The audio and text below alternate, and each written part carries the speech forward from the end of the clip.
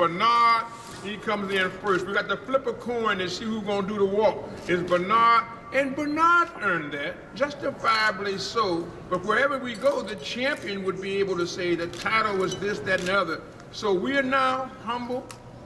We recognize and appreciate the fact that Bernard is Bernard, but now we must readjust and put Bernard properly where he can be exceedingly proud, not only of the record that he's achieved and accomplished with the type of dynamism that he's exemplified through the rest of the world, but to help himself, because we don't want nothing to happen to Bernard, because he's ours. He's ours. And I want to make certain that you retire nicely. And I'm going to give a good party. And today is his birthday, too. What better fitting? Take him, Tavoris, you know what I mean?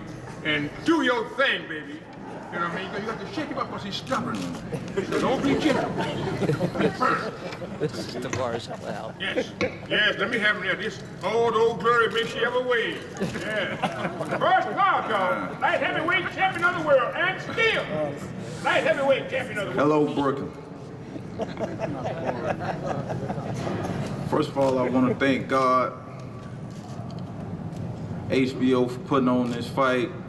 I want to thank my manager, James Prince, best manager in the world. Glad I connected with James Prince.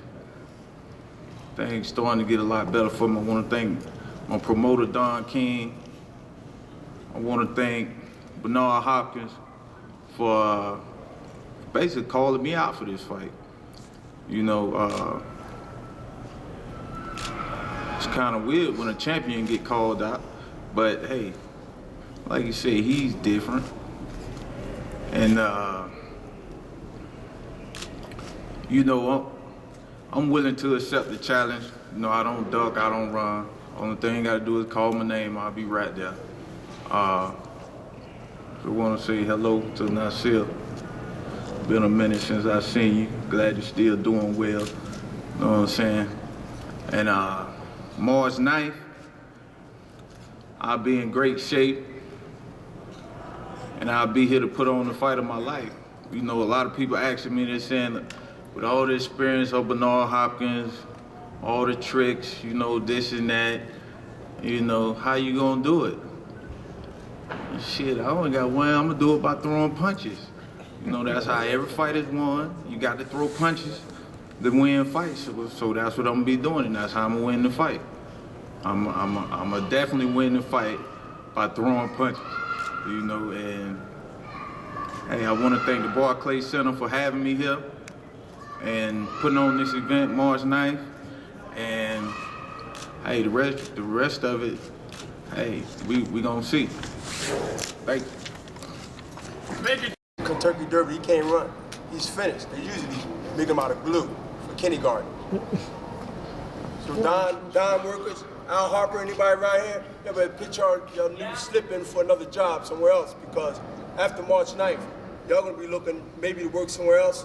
So you could be kind of nice to Golden Boy. Maybe I'll go ahead and vouch for you. So I'm putting y'all notice right now that after March 9th, there's already a short staff over there. I'm gonna make sure the last 7 leave too. Okay, on to Team Hopkins. I'd like to bring up now to say a few words. The guy that comes up with the game plans and gets Bernard in shape and ready to go for all of his fights. He's got the towel with him, I see, as always. The one and only Nazim Richardson.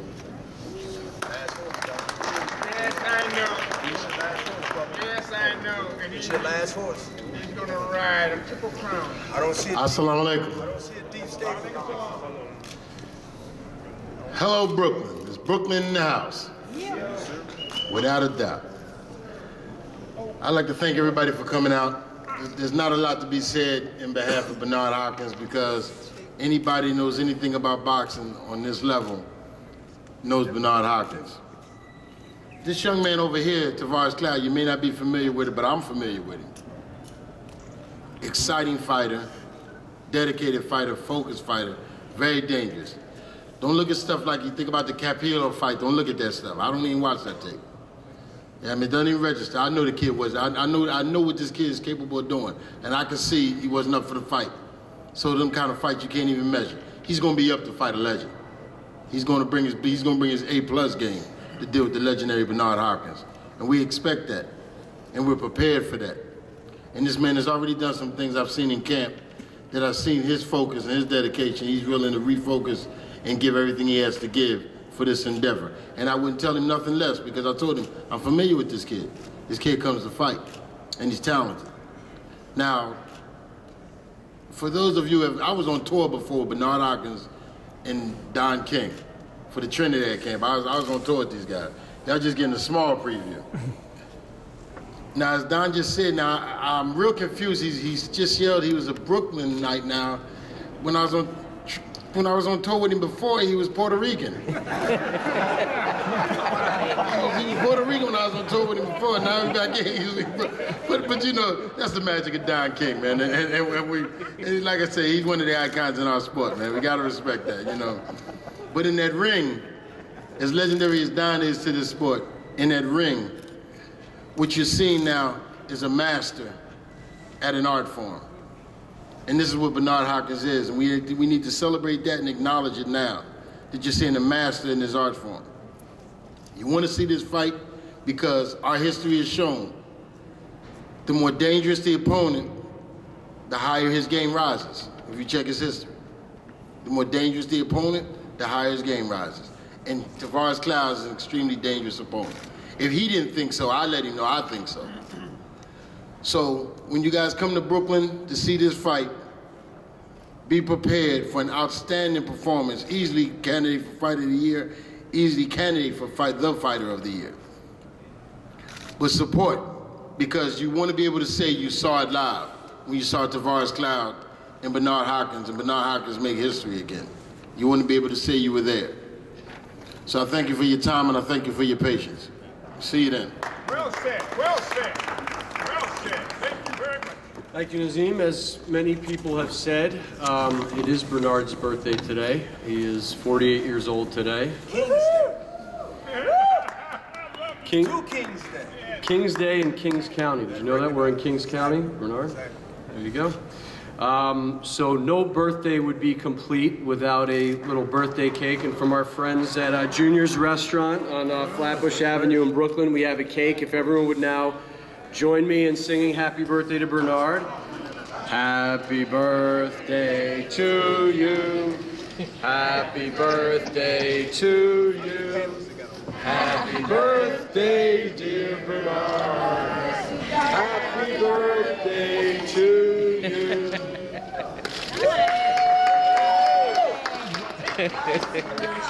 I'll blow the candles out. I'll blow the candles out. Wait. Let him get the picture, Bernard. Let him get the picture. You want him to hold up the cake? All right. That's so boy. Blow him out. Yeah. You do it. Uh-oh. I ain't that old, but I can't play no. No, one more there, Chief. Oh, I am.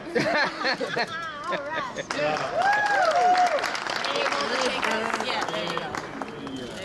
Nice shot. What a great day to come. You have to do the first part. Over here. Look out front. Take an extra. Don't lose that photo. Can you guys see the front of the cake? Can you hold up the cake? Hold it up so they can see what's on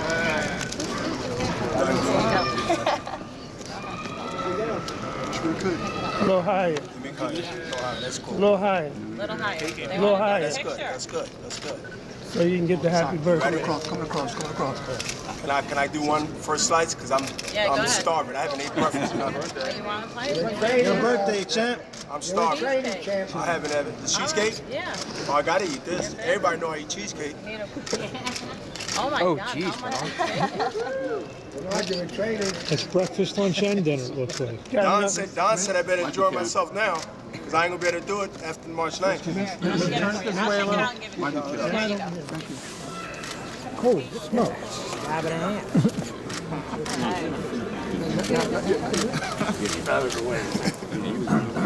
That's so big and proper, you know what I mean?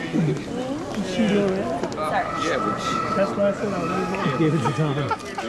I need a hey, Don need a spoon. He ain't that good. He got a spoon. He need a nice piece of cake. How gracious can a man I need a spoon or fork, please. Thank you. How gracious can a Enjoy, Don. former champion be? You're an icon. And this is a sweet moment. Respect your elders. This is a sweet moment. You get the first slice. And I'm going to reciprocate. And when you go out on the 9th, I'm going to look out for you, man, with hand in glove. Nice. You're going to be a great apostle Nice. for helping all those who are downtrodden and underprivileged. Bring down some of that maybe share with us. Yes. This is a moment of truth. All right, now to bring up a gentleman who it is my honor and pleasure to introduce. He's a future Hall of Famer. He's a living legend. What a man. What a man. He's a three-time and two-division world champion. He won the middleweight title in 1995, defended it 20 times.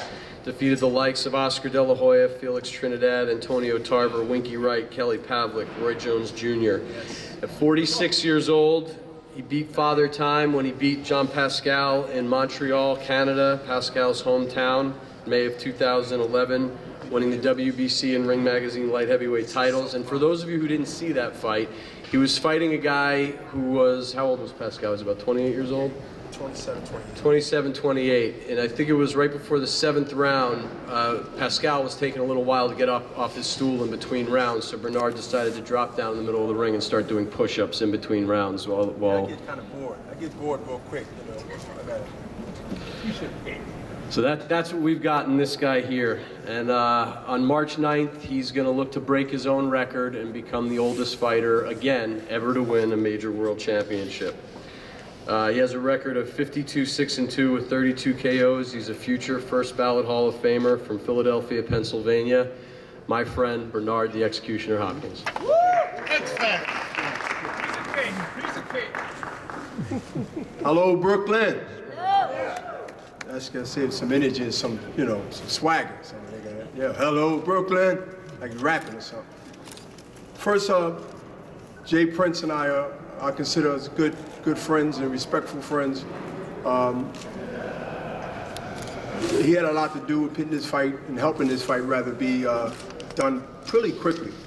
I mean, yes, Don the promoter, but Jay looks out for his fighters and all the ones that I know from Andre Ward, all the way up to many fighters he helped over the years. So it wasn't surprising to me that I knew that this fight, once it was talked about amongst my team and myself, that it would be done in a quick, timely fashion. I want to point out a couple of things before I get to real quickly about March 9th that Don eloquently described how I should go out this way or what I should do. All the things he said was correct. He said help this entity, help that thing, help this or help that neighborhood. He understands poor. I don't know if he still remembers it, but he understands it like I understand it. But why can I do both? See, for most of my life, and even in my boxing career, which is my second life, since 1988 when I turned professional, I don't know what Cloud was doing, Thunder Cloud was doing, or whether he's even born. I was told I should do this, I should do that. I can't do this, I can't do that. I should do it this way. Oh, you can never do this. You can never buck the system. You can never become your own man. You can never become a manager of your own self and you're a fighter. Well, me and George Foreman is the only one on record that won a Manager of the Year trophy in boxing history. Hopefully there'll be more. But I've always been told, even with all this, as Don King and Mo said, and good reason, you've done it all, you've done this, you've done that, but you always find someone that always will tell you until you die that you can't do something. It won't be a black president, it'll never be a black, they'll kill him first. Well, we have one. And so when I hear this, you can't, it gives me motivation. It gives me motivation. Now I know at some time in life that's out of reach because it's not capable at this stage of your life. It's not capable of doing certain things. But this I've been doing half of my life. And I understand that when others think that they can write my destiny, the ones that follow me, whether you was on a side against me or whether you was with me on my team, doesn't matter. You watch me, you see me grow, you see me say things, you see me struggle, you see me overcome. Even the wrath of Don King, or the wrath of this person, the wrath of that person. When you see a guy that has a track record, that's proven more right than wrong, well over 80%, and that's high. You gotta sit back, even Thunder Cloud has to sit back and say, hey, listen, man, we gotta fight. But in reality, he's gonna be training just as hard, if not harder than he ever trained before. Because history showed if you come underestimating Bernard Hopkins, you can fall to the faith of others. Age is not an enemy to me. The clock is not something I try to stop, as Don or some would say. I'm not trying to stop him. How do you stop the man? Can't even stop the clock. He can be an hour back and it get daylight early and it get dark early and all that stuff, but it still goes forward, depending on wherever you live.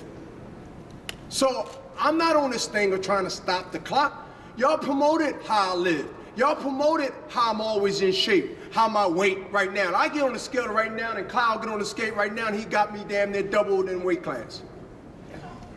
So I don't have 3 camps before camp. One is, I gotta lose this weight.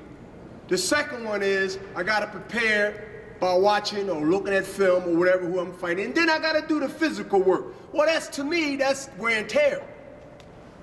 And guys get through and get away with that because they're young and they can sort of camouflage and get by it. But I know the history between when you fight a guy like Bernard Hopkins, if you ain't right now, 7, 8 weeks out now, you in trouble. Because you got 3 weight camps to go through. And I'm on my 2nd one, right now. And so, I'm letting you know right now that the smart money goes to Bernard Hopkins. That's the smart money. The other money that goes somewhere else, that's your prerogative. That's great, fine, whatever. But if you betting because I'm 48 today, and that's the only reason you say that I can't because of the way you feel, and because of where your belt is on the last hole of your belt, because your button is popping at the top, and you 10, 15 younger than me, and then you look at me and say how it's impossible for this 48. You're looking at the number. You're looking at the number, but you're not looking at the man. And when you look at the man, and you take all your bias, and all your envy, and all your jealous about how can I do it, and you feel the way you feel, and you never bounced the basketball or threw a punch, and you start saying, it's impossible for what he's doing. So he can't, just by the number, then you're a fool. You're a fool to think that you can dictate what's gonna happen to me through all that I've proven over the years to some that's gonna be naysayers till my grave. Then you're not really making a decision based on what you actually think. You're looking at how you feel. You're looking at how you see other fighters. One of my not really new artists, but you didn't probably hear him 4 or 5 years ago, and he's not a personal friend. You know, and I like old school rap because most of it, I believe, have a message. All right, I ain't down with the poppin' crystal style and all that stuff and all that stuff. I'm a little old school. I like style. You know, the Ghetto Boys. You know, the mom playing tricks on me when I was in the streets running crazy because I heard a lot of voices, and it was playing tricks. But then when you hear something that's man, that's my theme song going out. 2 Chainz, I'm different. Yeah, I'm different. And again, I'm just telling you that because that's the only thing I can say to y'all. Because y'all want to ask me when it's over with. Y'all gonna pull me on the side and you'll have Cloud over there and you're gonna say, well, now why? Or how? Or what do you do? And y'all been asking me that. It ain't getting boring to me, but I know it's getting boring to y'all. I can see some of y'all faces. I mean, you see me, okay, man, when you gonna pack it in? because I'm not underestimating this man here. I understand that he knows that he beat Bernard Hopkins. He ain't beating Yusef Mack. He's not beating whoever else he fought. So he's beating a legacy. And so I understood when I was his age what I wanted to do. I won my title at 25 years old. Like I said to Don King an hour ago before I close it up, I said, Don, we have an alumni. We do. He called us alumni. We have that. Yes, we do. He helped build my career. Maybe not as promoting Bernard Hopkins, because I was always a free, independent guy. And I battled to be that, in court, in the ring, and everywhere else. At the end of the day, everybody he threw at me, helped secure my legacy in the middleweight division. Everybody he threw at me, I'm at least 15-0 with him. And I respect him. No, I'm not bragging. Listen, I ain't even looking for a laugh. What I'm just trying to tell you is that he really helped me motivate me without even knowing it. He helped me motivate me all the way going to Segundo Mercado's hometown called Quito, Ecuador, 3 days before, when everybody else been there 2 weeks before, got my ass up off the canvas and fought. And Don knew it was over because the demise wasn't there, and we was in Landover, Maryland. 4 or 5 months later, he knew he didn't have a chance. He can't get him in his hometown, he can't get him here. And he was right. He knows me. Oh, he gotta promote, he gotta do his thing. But in Don's heart and his mind, he knows out of all the fighters from the 50s, 60s, or whatever he started promoting 50, 30, 40 years ago, he knows for a fact that when you're dealing with Bernard Hopkins, you can say what you want to say to get this good soundbite in, but when you're dealing with Bernard Hopkins, Cloud, you think you can do it.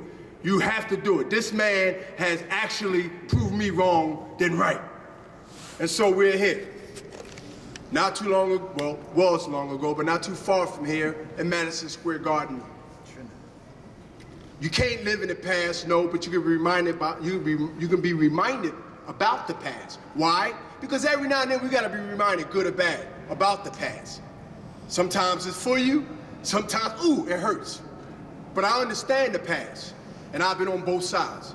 And I understand that I got a second chance in this career that went full circles more than one time in my life. I'm blessed than any football, basketball, hockey, golf, any basketball or athlete ever to be able to not only make history once, but 2, but 3, and I'm up to 4 and 5. How many athletes get a chance to do what Bernard Hopkins been doing, but I understand you'll miss me more when it's not there no more. And then everybody would sit back and say, he fought the youngest. He fought the baddest. He fought the guys that he easily could have lost these fights and got beat up and this and that. Anything can happen when you step in that ring. But the only thing about this ring, than any other politics that happen, I'm in control. Physically, I'm in control in that ring to do what I have to do. It's between me and Cloud. It ain't between Don King, it ain't between Jay Prince and my team. It's between that they do the other work to protect us from things that interferes with what goes on in the ring. But far as that physical part in the ring, I understand this young guy's mentality. I'm not afraid of it. I ain't had to fight him. I could have fought anybody else. I wouldn't be motivated if I wasn't fighting Cloud. And I know that HBO will love that fight because they love that style. And I love that style. He ain't running. He's coming straight for, who gonna run from a 48-year-old man?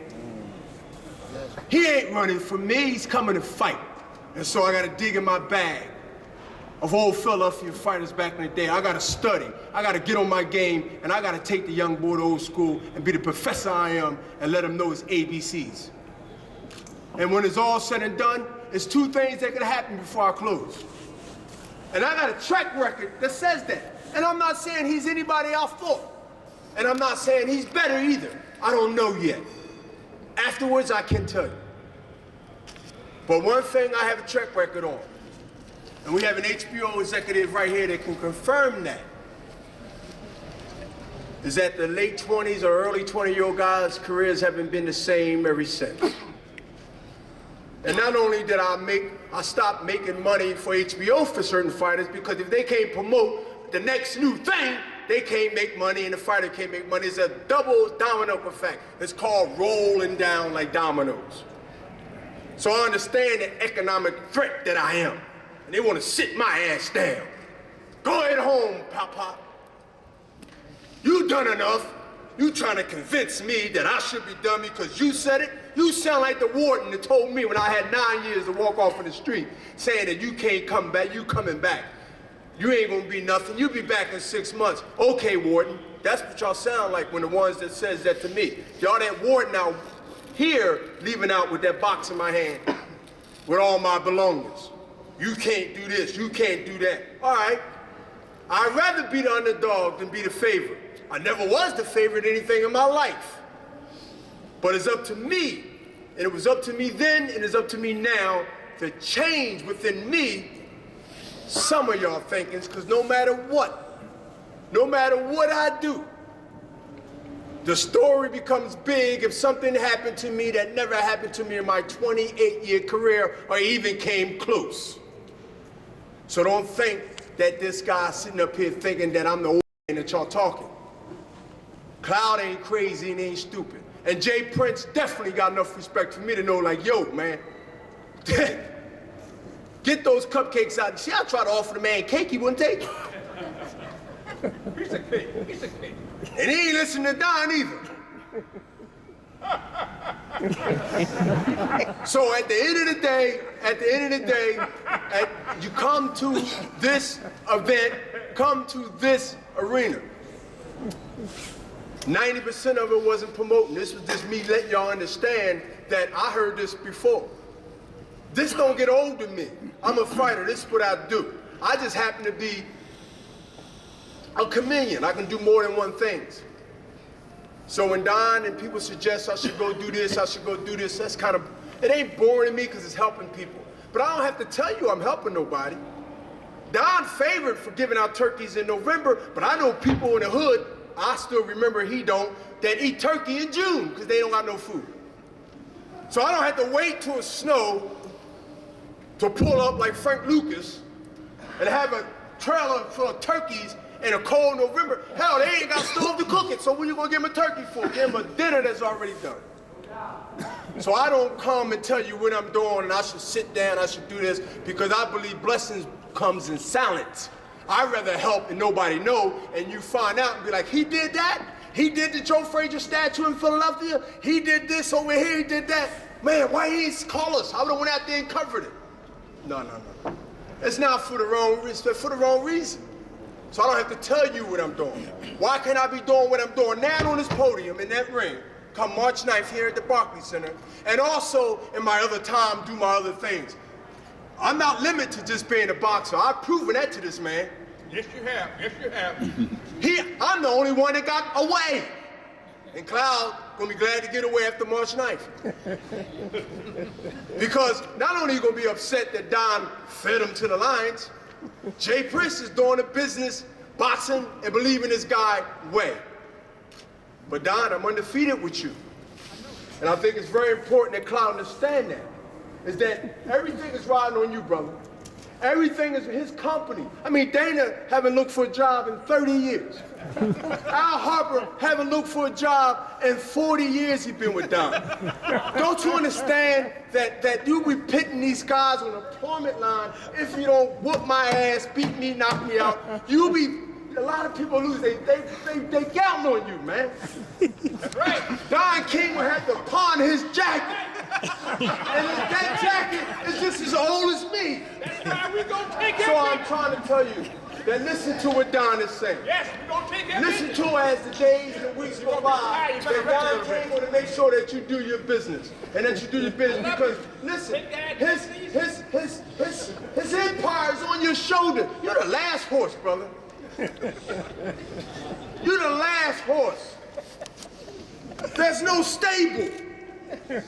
Because he won't lay down to the new regime a good regime that come in, it's called Golden Boy Promotion. So he want me to lay down because he said, I'm telling you right now, Don, enjoy your day and that last one chair you got sitting at Deerfield Beach. Because after March 9th, there will be a big celebration of your long lasting promotional legacy that I must admit, you can't sneeze at, you can't underestimate, you can't disrespect, and you can't downplay. You did one of unique, good or bad, jobs in boxing history. So you remember no matter what. But at the end of the day, that's your last horse. And your last horse, The secretary. your last horse, your last horse is gonna be, Triple crown. it's gonna be ride, Triple crown. but the jockey that's riding that horse is Triple crown. just as bad. Triple crown.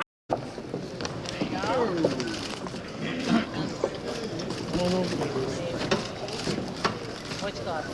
Barry. You want the glove in there?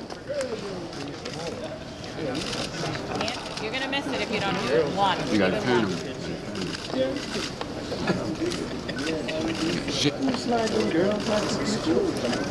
Oh.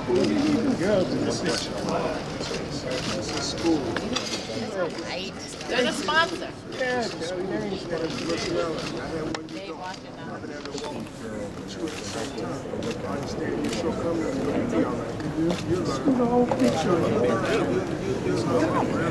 Let's see what with the glove.